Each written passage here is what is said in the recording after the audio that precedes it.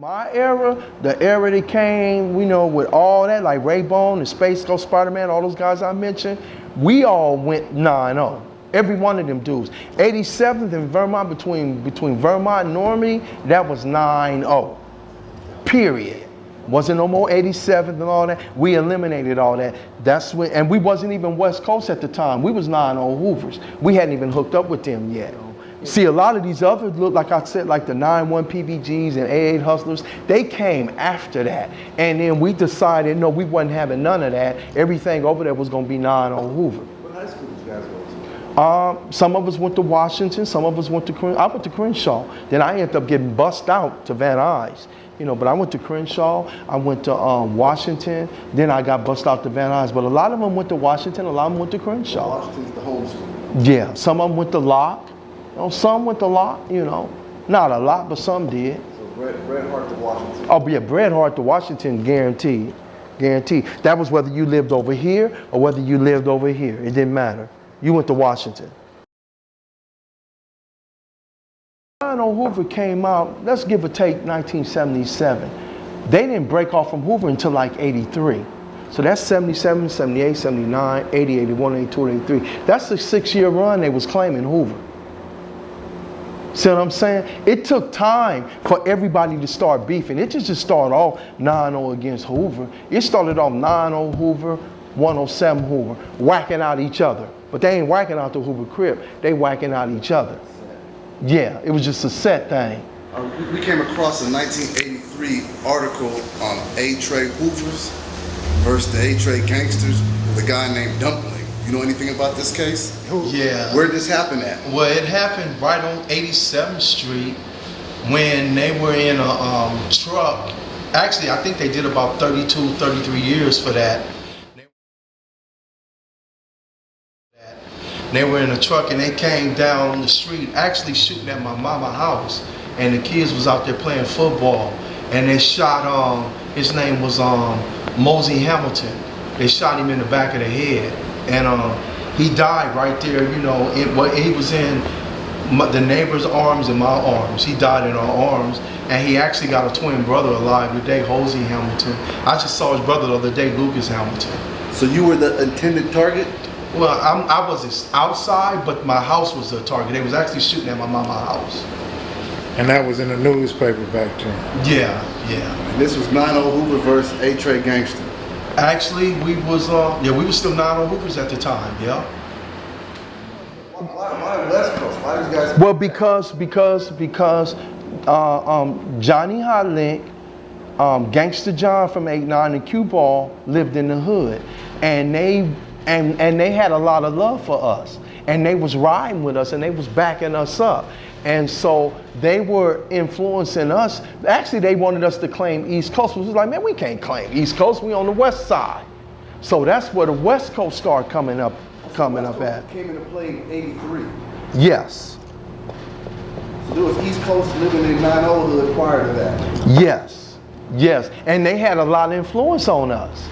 So were you guys considered like a West Side clique of East Coast at that time? That's what we were supposed to be doing. We was gonna be West Coast, and then we were gonna be connected with the East Coast. And why didn't that go that route? Because a lot of us started going to jail and seeing that we didn't have the backup like we were supposed to be having. Man, we went in there, man, a lot of people like, man, he ain't from here, he ain't from there, he from 9-0, and like I said, we got our strongest support was from, as far as riding with us, we got our strongest support from the UGs. As far as riding with us, we got our strongest support from the UGs. Those are you guys' original allies. Oh yeah, UGs, yeah, I got love for them. As far as like making sure we didn't get packed out, it was the Compton Crips. In my case, I can't speak for somebody else, but in my case, the Compton Crips say, he a rider, homie. Keep it one-on-one. So where did the homies stand at during this time? The homies, well, I mean, we had love for each other, but it depends on the yard you went to. Like at Soledad, we had love, but then you had certain homies that was kind of like they really didn't like no like that, and they was basically focused on, they individual clique, they individual hood. You know, it was only until the old card came. When the old card came, then people started like kind of like grafting and pulling us in. But before that happened, the only support that we really had coming was from the UGs. Now on the streets, we had love. We had Droopy from 6-0 lived over here, Hucklebuck from 6-0 lived over here, Tita Rock and Bunky, and what's his other brother name? Sly.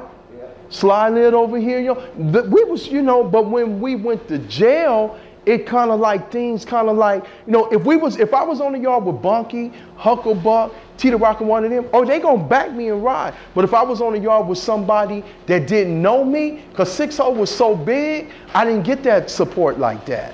The same thing with the Harlem. If I was on the love with somebody from Harlem, like Moondog from Avenues or something, that knew us and lived over in the hood and was fucking with us, I would get that love. But if I was on the yard with somebody from Harlem and didn't know me, I wasn't gonna get that love. But the UGs, it didn't matter.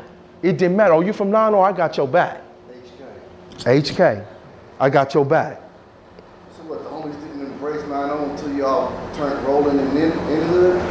No, see, like I say, man, 6-0 was so big, homie, is that it seems like to me, you know, a lot of the love I got came out of the hills. When I ran into the cats out of the hills, I got a lot of love.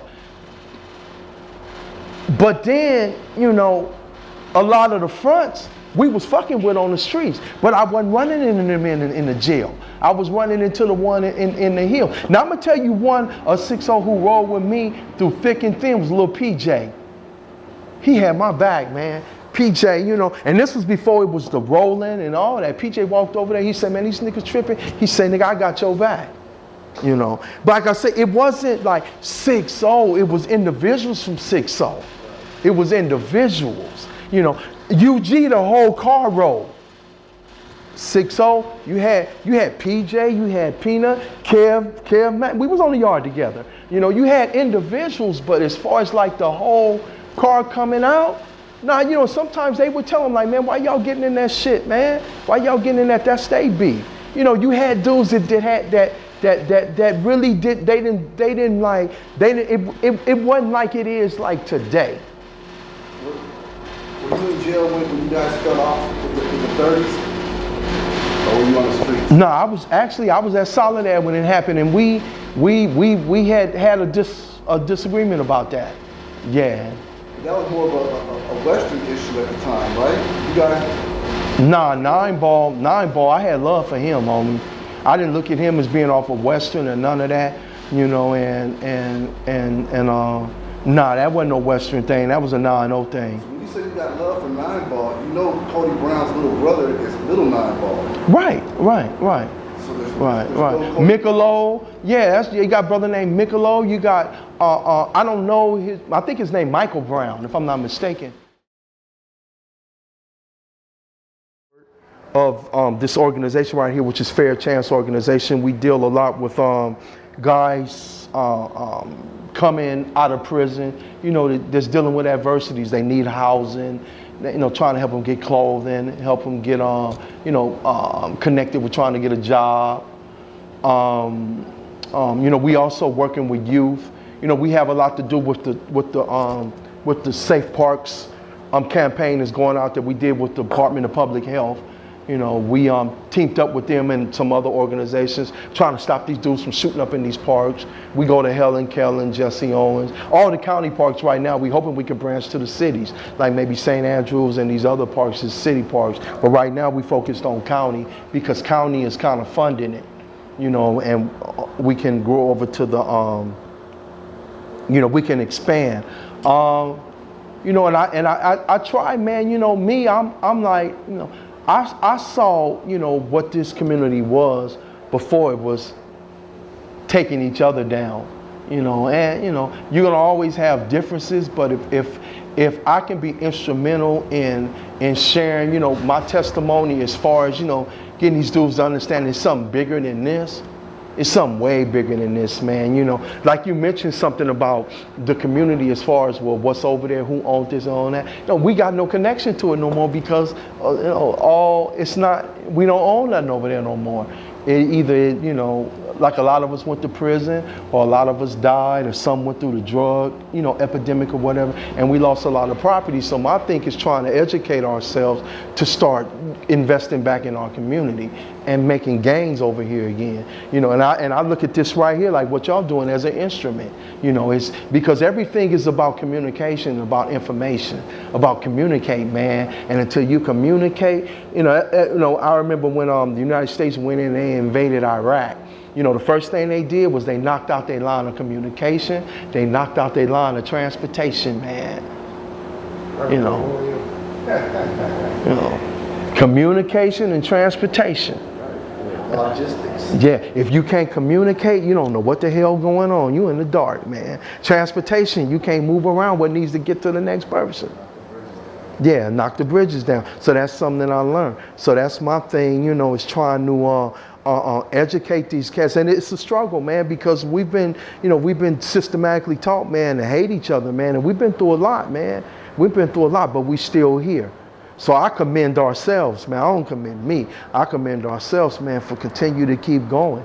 You know, I see this being something big one day, you know, and coming back saying, hey, man, you know, yeah.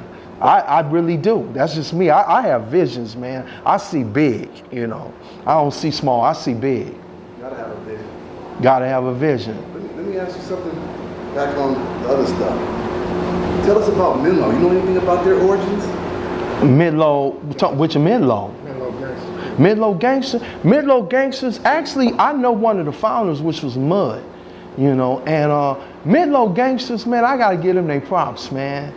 I gotta give them their props, man. Them dudes right there, you know, actually Mud had two brothers from Hoover. One of them, rest in peace, I think that's Lil Frank, and then Big Frank. You know, and there was one more, he didn't really bang, but he kind of supported both sides, you know. And them dudes, man, is, they done hang, man. I don't know a lot of them, but the ones that I've met, they've always been with the cause. So when you was a kid in 78, 79, and 80, were they around? Nah, I didn't really know too much about them at the time. I'm not saying they was around and they wasn't around, but I didn't know too much about them. When did you become aware of them? I became aware of them man, when they started beefing with them 7-4s real tough. It was before I went to jail. It was in the 80s.